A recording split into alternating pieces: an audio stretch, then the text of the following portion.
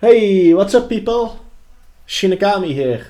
My first ever real life deck profile on this channel. So as I've mentioned on the channel before, I'm gonna return to physical play. So I figured, hey, deck I'm gonna play in real life, might as well show it off. And it's a really good deck. I would go as far as saying it's the optimal, it's the best Red Dragon Archfiend deck. Yes, I'm gonna go out there and say it's the actual best Red Dragon Archfiend deck. Usually when somebody puts something like that in the title, it's gonna be clickbait.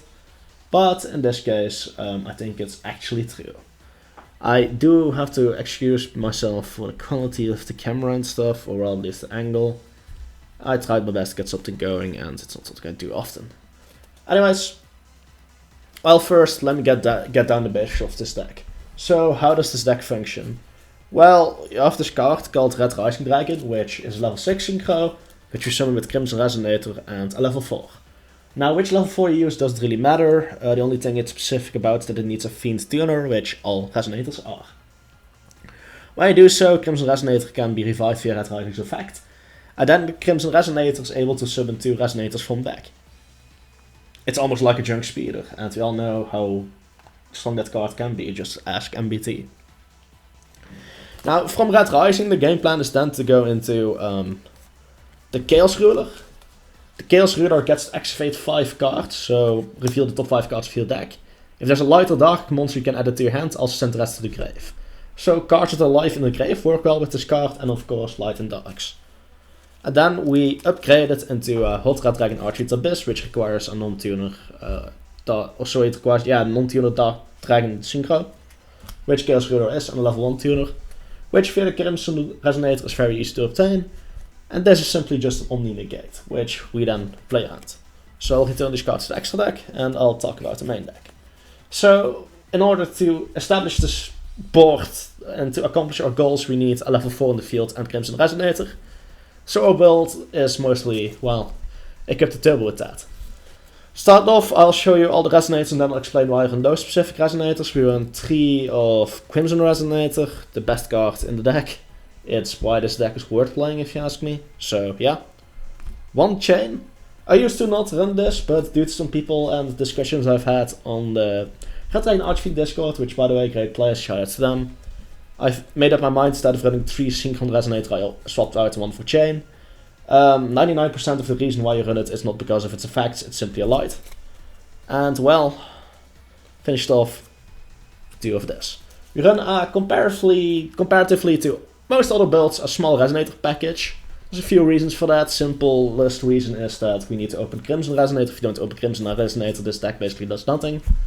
To mitigate this, some decks opt to run Red Resonator, but my biggest issue with doing that is it really doesn't get you much. If you have Red Resonator on the field and a level 4, you can go into Red Rising, revive Red Resonator, go into level 8 and that's it. Unless you have another extender, you invested 2 cards into Chaos Ruler, which doesn't do much on its own. So I don't like Red Resonator, but it's something you can change about this deck if you want to ruin my deck list for some reason. I will take offense if you do that on the emotional level. I'm just kidding. Do it what you want. That's just my list. But yeah, we run a relative low amount of Resonators, as you can see. We run literally 6 of them. So we also don't run Resonator Command Resonator. Let me just quickly move these a bit. You can actually see better. I'm so bad at camera stuff. But yeah, we run these 6. These are the only 6 we need to run. So these are the 3 you can summon from the deck. If you open one of these, you can summon it from the hand. This one, unless you normal summon it, you can't. And we don't have a lot of special summon starts. Just something you can do in Red Dragon Archfiend. However, this is a control variant, as I might have put in the title. So, if you control no monster, you can activate this. This does activate in a remote duel against that sim. I accidentally cheated with this. Don't do that. It is something they can chain to, which is kind of one of the things that is less good about this deck. Then you can special summon it, then summon level 4, go into Red Rising. Red Rising will activate Revive your Crimson. I might show the combo at the end of the video, if I don't forget. But basically, this and level 4 is full combo. You don't need anything else in this deck. So we run as many ways to get it as realistically possible. I was running Pot of Desires for a while, but I felt like it hurt me too much, the banishing at least. Shut down a lot of engines.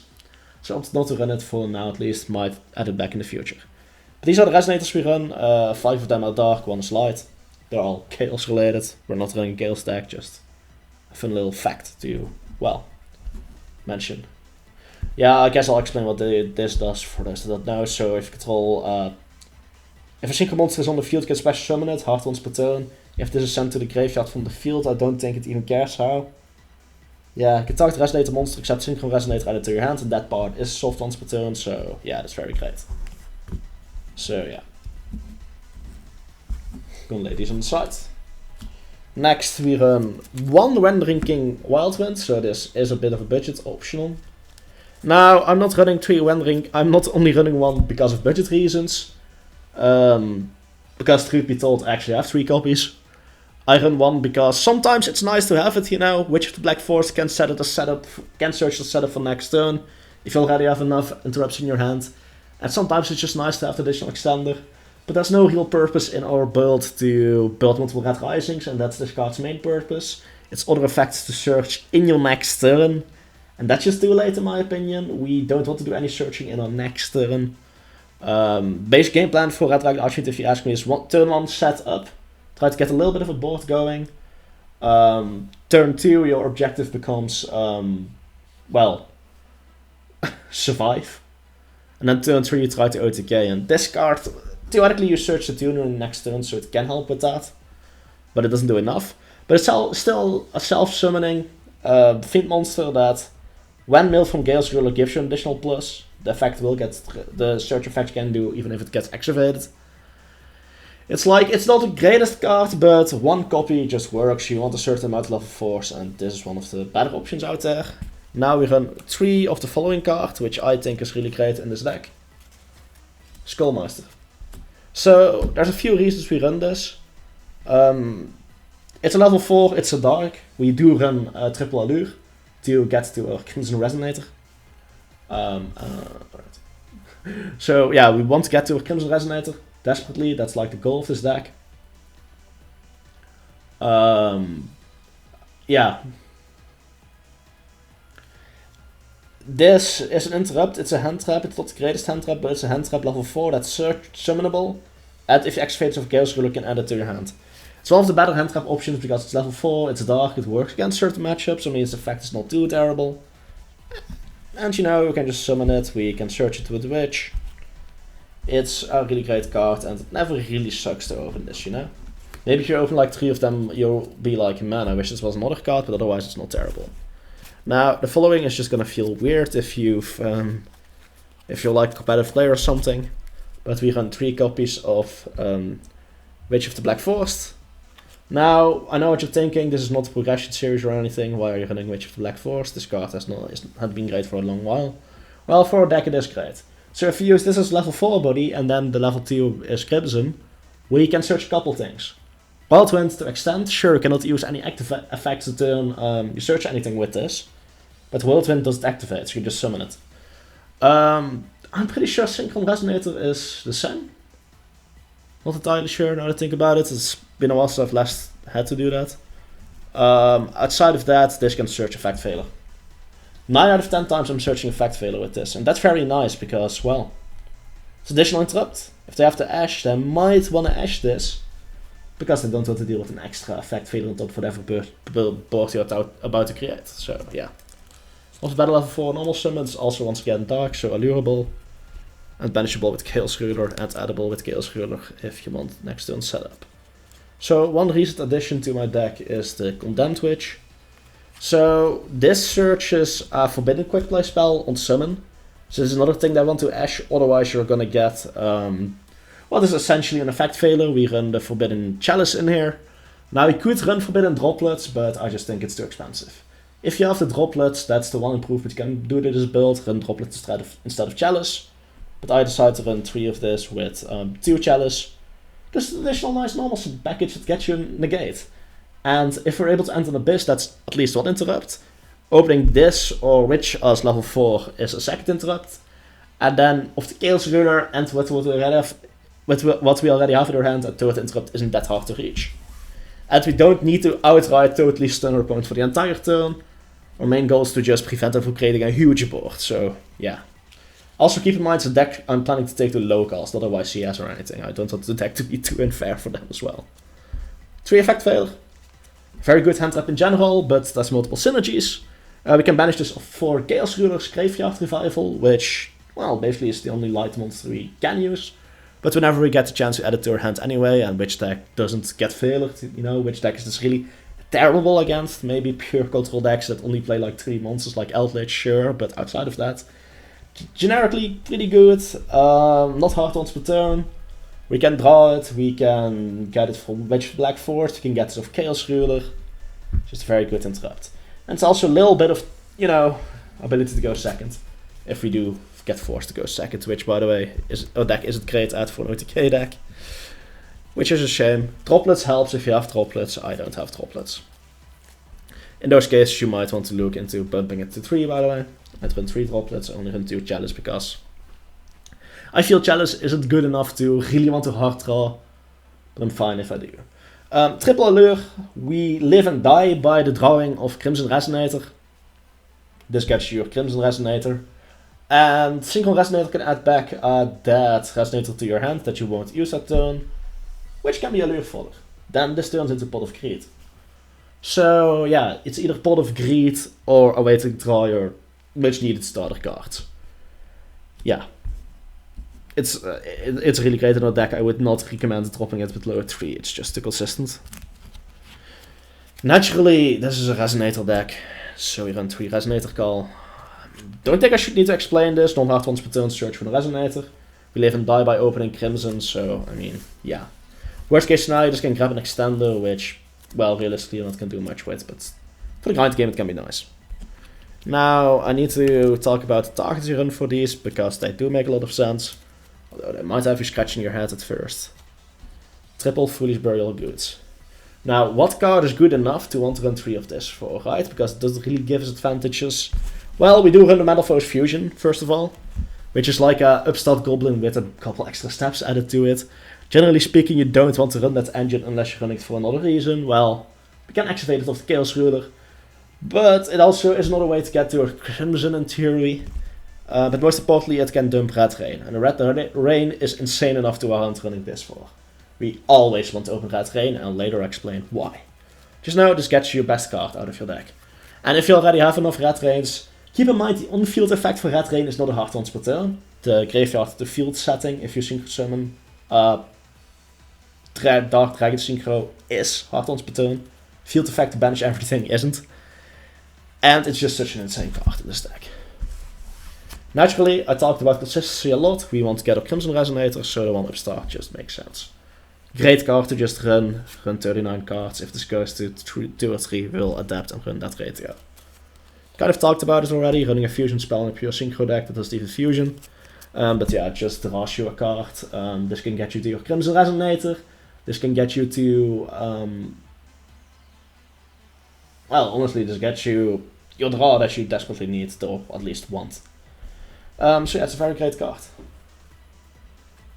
If used well, and we have a lot of cards that can, you know, use with it. If you run droplets, you can discard it for droplets, by the way. Just a thing I thought I would mention.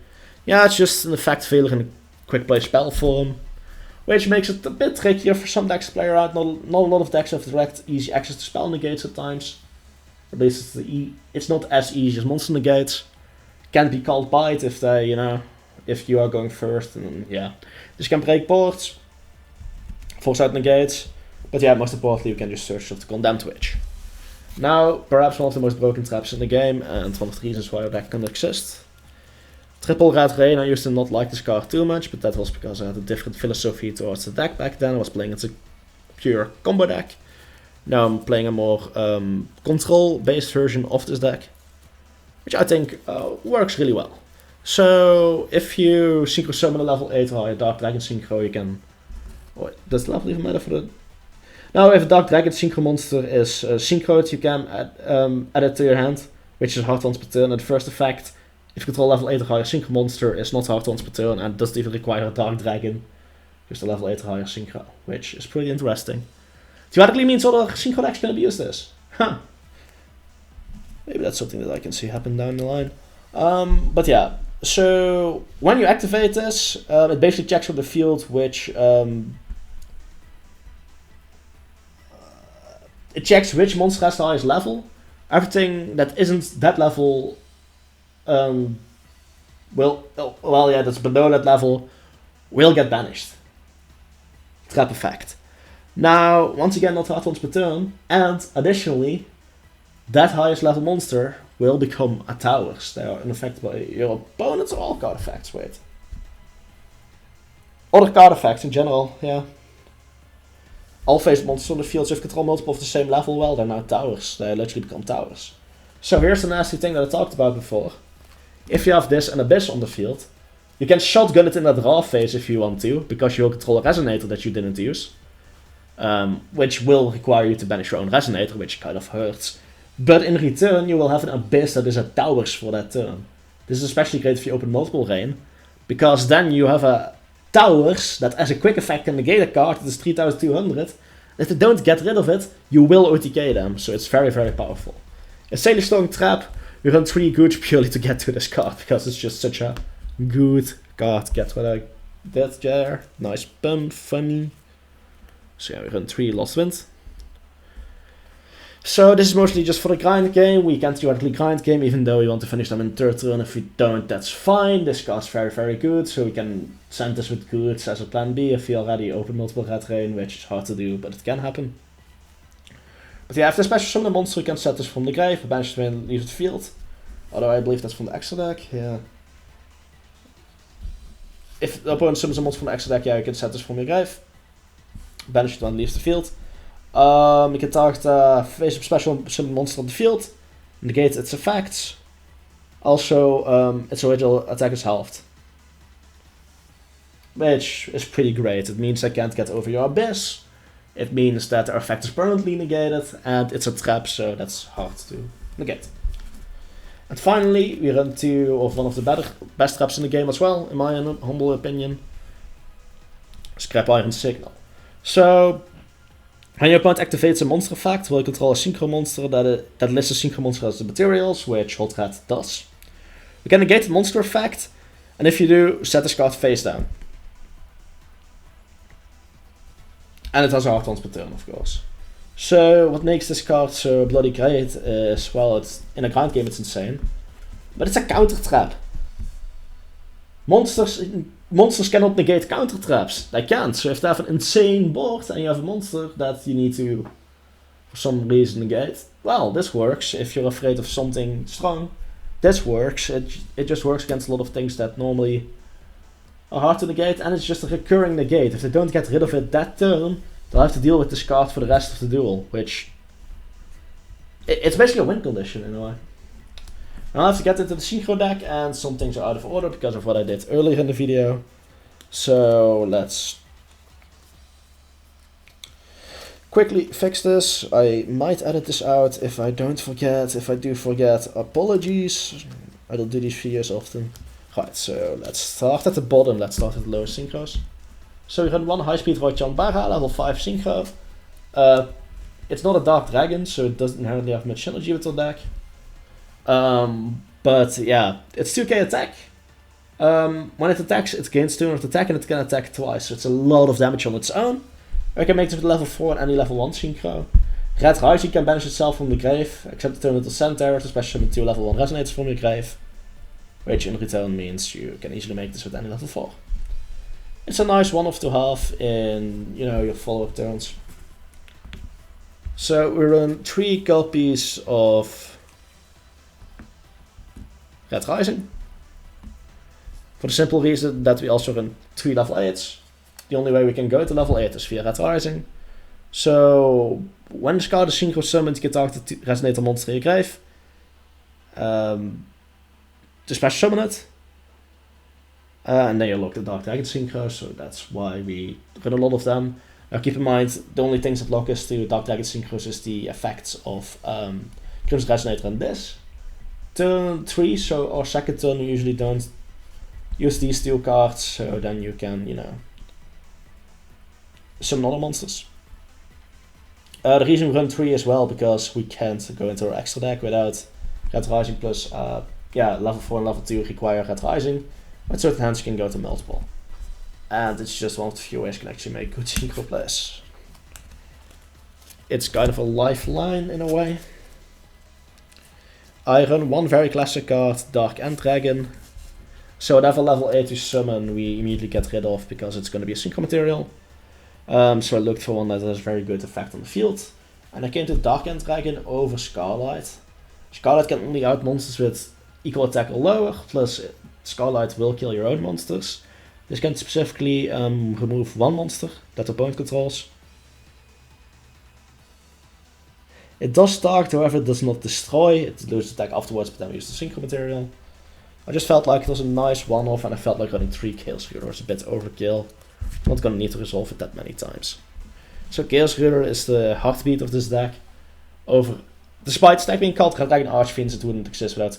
Well, it could exist without Chaos Ruler, but then it just wouldn't be a strong deck. This card makes it strong. So it's level 8 synchro, generic materials. It's a Dark Dragon synchro. It can revive itself from the graveyard by banishing a light and dark from, I believe, hand or grave. Yeah, for no reason, you can also ban from your hand. So if you have like Failure, I suppose you can do that. You don't want to do that usually, but it's something you can do. Then you have level 8, which can easily go to Abyss and other cool fun things. And yeah, you just activate 5 at the light or dark and send the rest to the grave. So you send your Red Rains, your Lost Winds, your Willed Winds to the grave. You fetch with like an effect failure. It helps with getting to multiple negates, which you need to win the duel. Next we run 2 Abyss. Grind game kind of wants us sometimes to have 2 of this. Reason is that if you have Chaos Ruler and a Red Dragon Grave that's live, you need to go via this to go into Bane. So yeah, you will revive the Chaos Ruler, especially from 2 level 1s. 9 into this, then 10 into Bane, and then you can revive this or something. It's a quick effect interrupt, quick effect negate I should say, on a big body, and it's a boss monster. Despite running bigger synchros, this is our actual boss monster. I run the one of Satellite Warrior, which might be confusing. Sure, it's not a dragon, but this in a grind game can pop like 3 or 4 cards at once, which can be done without your normal summon, you know. If you have your Abyss still laying around and you have like a level 1 synchro, a level 1 tuner, which you can get via Red Rising Graveyard effect, which does lock us by the way, the on-field effect of Red Rising does. You can drop this on the field. And then at that point, we can then make a place, and we still have normal summons. It also can get very huge in those cases, so yeah. Another unusual card is Nirvana High, that again, if you watch my content, this seems like a normal thing for Red Dragon Archfiend right now, and I think it should be a staple. So the material... Look, I get it, there's so much text on this card, like it's written from top to bottom. None of the text on this card matters except for one small thing. If this card destroys a monster by battle, you can halve your opponent's life points. So if you have this and King Calamity on the field, and they have one set monster in defense, for example, this will attack it, no matter what it is, half the life points King Calamity kicks for game. This basically works if they have any 2 monsters. If they control multiple monsters on the field, Nether Soul's better, which I will talk about later. But yeah, in those specific situations, this card's the best target possible, so that's why I run it. One could replace this card with a Baron if you have a Baron. I don't feel like paying $100 or 100 euros for a card I might never summon. But yeah, this can be replaced with Baronne, I suppose. But this card's great at what it does, and yeah, the other effects don't matter. The only thing that matters is that it requires a non-tuner synchro monster. Yes, all the text, and the only thing it does for us at least is half a monster's life point, or half your opponent's life points, or monster's life points. Master Rule 5 confirmed. To Bane, if you ever need to cut something, cut this, but I don't know, to Bane can come up. Not much, but it can come up, and yeah, what else are you gonna run? Tyrant? I suppose some people want to run Supernova, I don't. But yeah, this can revive another one of your Red Dragon Archfiend synchros from the grave. By tributing a monster you control. And it's just a huge body. Biggest issue with this card, why I don't often end on it, is because Red Rain will protect the highest level monsters will protect this. Meaning your Abyss will get banished, and that's no bueno. You don't want that to happen. So yeah, I kind of mentioned this card already, it's huge, it's a Dark Dragon synchro. Bane doesn't do much anyway, so this having 500 attack is already relevant. The most important effect on this card is that when it destroys a monster with battle, it can attack the monster again, basically. Which can be great in certain situations. Right? Yeah, it needs to send it to the grave, but I don't summon this too often. It doesn't come up too often, but when it comes up, it's great. Just being able to kick through people's boards and quickly OTK them, it really is nice. And only level 12 you run King Calamity. Now, why do I not run Red Nova Dragon? This is obviously a question a lot of people will have looking at this video. Well, the answer for this is very, very fucking simple. We do not have the materials to go into Red Rising. I've done a lot of theory crafting. I found combos that allow you to go into, not Red Rising, to go into Supernova, Red Dragon, Archfiend. It's just not worth it.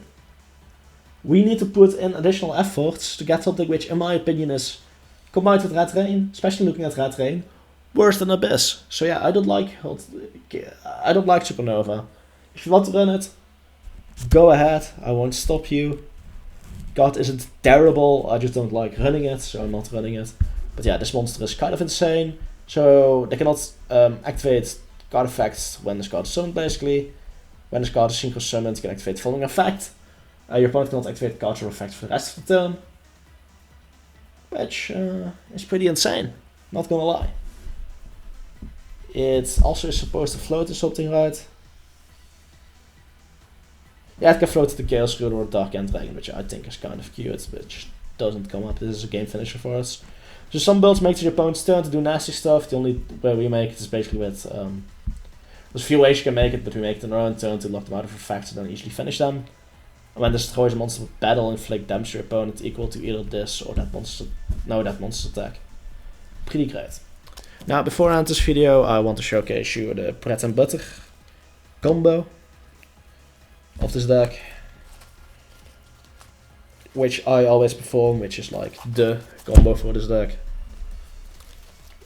Honestly, pretty good stuff. So you have these two cards in your hand, right? You special summon this, you normal summon this, sync 6. You synchro Red Rising. Chainlink 1, Chainlink 2, I believe both are optional. You can link yourself, which effect will activate, getting you your effect failure. Red Rising will bring back Crimson. Crimson will then, you can then activate Crimson's effect to fetch the light dark. Sync into level 8. Get Chaos Ruler, then use the effect, activate 5. Let's say today's your lucky day, you get a Skullmeister. On average you're gonna get either a failure or a Skullmeister, or at least some kind of interrupt. Otherwise you're probably gonna get Red Rain or something into the grave. On average you always get something at least. Most of the time here I just go into, use Synchro as a material, go into Abyss. Place in the main monster zone, Cyber Dragon is a popular deck right now. And then you can use Synchro Resonator's effect to add Crimson back to your hand. So, about on average, yeah, this card isn't always here, but still. On average, you're gonna have an additional negate, either from your opening hand or this combo, from the activation. You'll have an Omni negate. You'll have an effect failure, and a Schoolmeister, which can be a negate. And I mentioned this before, but if we do have the Red Rain, we can just shotgun it whenever we want. Which includes, in response to his Dark Ruler No More or his droplets. As long as he isn't using a trap, that is. Now we can also just chain it, and then Abyss becomes immune. Yes, very nice. So yeah, that's the basics of this deck. Gonna be a blast to play it in real life, it's a lot of fun. I've played it a bit online, not too much. But yeah, it's a fun variant to play, it's very consistent, and if Vice Judge Europe would be a thing, I would have gotten my cards too late. Right? When would it be? Did I just say YSS Europe? I mean YSS Utrecht. But yeah, next big physical event, I might just play this deck. It's just very fucking great. Yeah, so I hope you all enjoyed this video. It's different from my usual content. But figured, hey, physical cards again, might as well. Been a while since I've touched physical cards, like the last time you saw me do it on video was not on my channel. It was against Tatsim on his channel when I still started Yu-Gi-Oh! It was a fun duel. Anti-Dragon against Red Dragon Archfiend. It was a very scuffed build back then, but it was a fun duel nonetheless. Recommend checking Tatsim's channel out if you haven't yet, with that video up on it still. Unless he removed it for some reason, I can't imagine though, but yeah. I mean, that would be awkward, you know. Shout out, check out this video on this channel, and it's no longer there. That would be awkward. But yeah, as you could also see in the combo, this is, by the way, so fucking easy. Like, holy shit, this deck's also easy to play. And it doesn't take long. Like, this is one of the reasons I picked up above, like, Infinity or Junk Doppel. This combo takes, like, 1 minute max. That's it, that's all I'm gonna do. Okay, my turn 2 can be a bit longer, but still, you know. Very simplistic deck. Doesn't feel completely unfair for your opponent, probably, maybe Red Rain, but that's about it. Yeah, it's just a great deck for duels. So, yeah. I hope you all have a beautiful day. This was my Red Dragon Archfiend profile, which don't expect too much of these. I might have another one coming up in the future, but no promises. And that's gonna take a while, if I even go ahead with it. It's probably gonna be like a budget variant of a deck though, but you know, might do it. Depends. Yeah. That's the video. Peace, and yeah, once again, shouts to the people in Red Dragon Archfiend Discord. We might not always agree on everything, but they've made me more productive. I've had some nice discussions with people there. And if you're a fan of that of this deck, you might want to go there. Oh yeah, final thing. If you're a YouTuber and you play Red Dragon Archfiend, and you think you have a better build than me, and you're confident you have a better build than me, don't feel afraid to call me out on my best in my profile. Because I'm curious to see what other people will do with this deck if they can't really find something better than this. I've spent a lot of time theory crafting this, and I would be curious to see that, if somebody can create a better variant. If they do, well, I'm a fan of the deck, so do let me know. Alright, everything said, goodbye, have a beautiful day.